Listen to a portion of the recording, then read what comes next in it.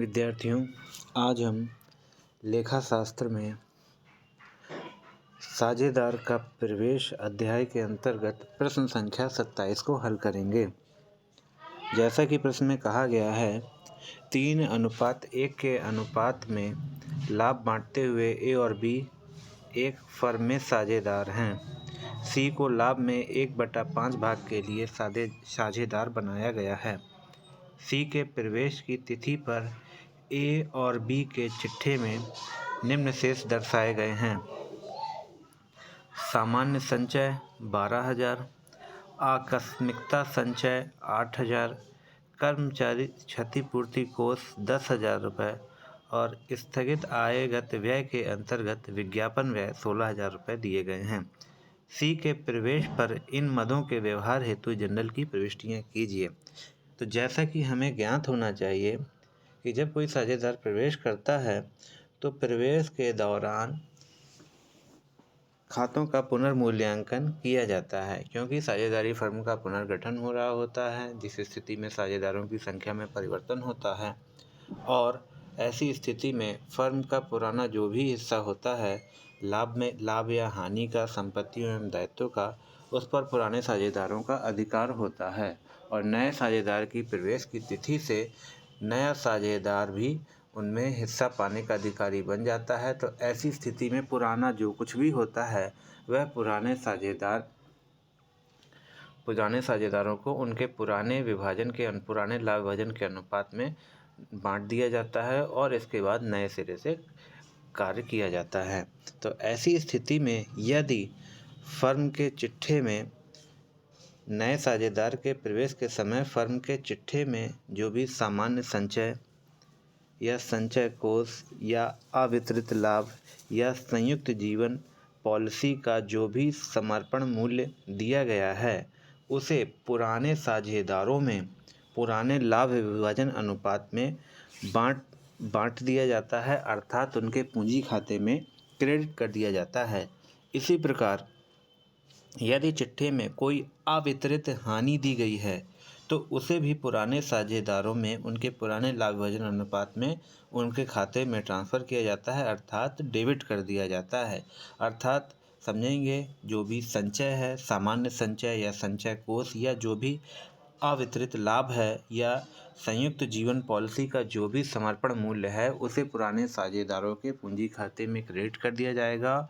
और यदि चिट्ठे के संपत्ति भाग में जो भी दायित्व दिए गए चिट्ठे के संपत्ति भाग में जो भी प्रॉफिट एंड लॉस अकाउंट का लॉस दिया गया है उसे पुराने साझेदारों के पूंजी खाते में डेबिट किया जाएगा।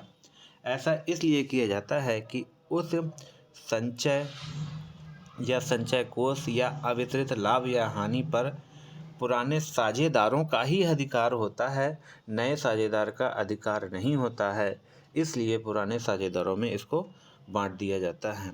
अब हम प्रश्न में देखेंगे, जैसा कि प्रश्न में कहा गया है, सामान्य संचय 12,000, आकस्मिकता संचय 8,000, कर्मचारी क्षतिपूर्ति कोष 10,000। तो यह चिट्ठे में दिया गया है, तो इस पर अधिकार पुराने साझेदारों का है। और देखिए प्रश्न में नीचे लिखा है स्थगित आयगत व्यय में विज्ञापन व्यय 16,000 दिए गए हैं। यह भी देखिए ऊपर की जो भी एंट्रियां हैं, तीनों एंट्री सामान्य संचय, आकस्मिकता संचय और कर्मचारी क्षतिपूर्ति कोष, ये तीनों एंट्रियां चिट्ठे में दी गई हैं। इन्हें पुराने साझेदारों के पूंजी खाते में क्रेडिट किया जाएगा और विज्ञापन व्यय को उनके पूंजी खाते में डेबिट किया जाएगा। इसलिए पहली एंट्री जो हमारी होगी सामान्य संचय की अर्थात जनरल रिजर्व की, आकस्मिकता संचय की यानी कि कॉन्टीजेंसी रिजर्व की, और कर्मचारी क्षतिपूर्ति कोष अर्थात एम्प्लॉय कंपनसेशन फंड की। ये तीनों की रकम पुराने साझेदारों के पूंजी खाते में उनके पुराने लाभ विभाजन अनुपात अर्थात 3:1 के अनुपात में क्रेडिट कर दी जाएगी। अर्थात पुराने साझेदारों के पूंजी खाते क्रेडिट होंगे और जनरल रिजर्व, कॉन्टीजेंसी रिजर्व और एम्प्लॉय कंपनसेशन फंड डेबिट कर दिए जाएंगे। जनरल रिजर्व 12,000 से, कॉन्टीजेंसी रिजर्व 8,000 से और एम्प्लॉयज़ कंपनसेशन फंड 10,000 से डेबिट किया गया। तो इन तीनों का योग 30,000 आ रहा है, तो इस 30,000 को पुराने साझेदारों के पूंजी खाते में क्रेडिट किया जाएगा पुराने अनुपात में, अर्थात 3:1 में। तो एक एक कैपिटल अकाउंट में जो 22,500 रकम आ रही है वह 30,000 गुणे 3/4 करेंगे तो 22,500 आएगा, और बी के कैपिटल अकाउंट में 30,000 गुणे 1/4 करेंगे जो तो 7,500 रुपये आएगा, और यह इनके पूंजी खाते में क्रेडिट कर दिया जाएगा। और नरेशन लिख दी जाएगी, being transfer of accumulated reserve to old partners in their old profit sharing ratio. इसके बाद बात आती है स्थगित आयगत व्यय में। स्थगित आयगत व्यय के अंतर्गत विज्ञापन व्यय दिया गया है, तो इस विज्ञापन व्यय को पुराने साझेदारों के पूंजी खाते में डेबिट किया जाएगा, अर्थात यह पुराना व्यय भी पुराने साझेदार ही वहन करेंगे। जिस प्रकार रिजर्व फंड को पुराने साझेदारों को दिया जा रहा है, इसी प्रकार से यदि कोई पुराने व्यय या हानियां हैं उसको भी पुराने साझेदारों को ही वहन करना पड़ेगा। इसलिए विज्ञापन व्यय के 16,000 रुपये भी पुराने साझेदारों के पूंजी खाते में डेबिट कर दिए जाएंगे। इसलिए एंट्री की गई है एस कैपिटल अकाउंट DR, बीस capital account DR to advertisement expenses. Advertisement expenses 16,000 दिया गया है, तो इस 16,000 को 3:1 के अनुपात में ही ए और बी के कैपिटल अकाउंट में ट्रांसफ़र किया जाएगा। तो 16,000 का 3/4 करेंगे तो 12,000 आएगा जो कि ए के कैपिटल अकाउंट में डेबिट होगा, और 16,000 का 1/4 करेंगे तो 4,000 आएगा जो कि बी के कैपिटल अकाउंट में डेबिट कर दिया जाएगा। और नरेशन लिख दी जाएगी कि being transfer of deferred revenue expenses to old partners in their old profit sharing ratio, और प्रश्न कंप्लीट हो जाएगा। अब हमें यहाँ पर समझना होगा, वैसे तो हमारा प्रश्न कंप्लीट हो चुका है, लेकिन अगर जिन विद्यार्थियों को स्थगित आयगत व्यय के बारे में नहीं पता है तो वह यह समझ सकते हैं कि स्थगित आयगत व्यय ऐसे व्यय होते हैं कि जिन्हें ऐसे व्यय जिन्हें अधिक मात्रा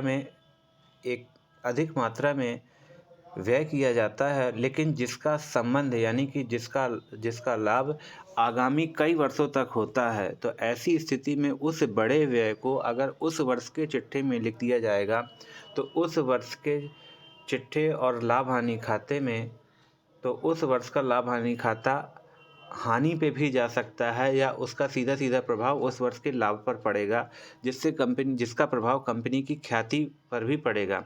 तो ऐसी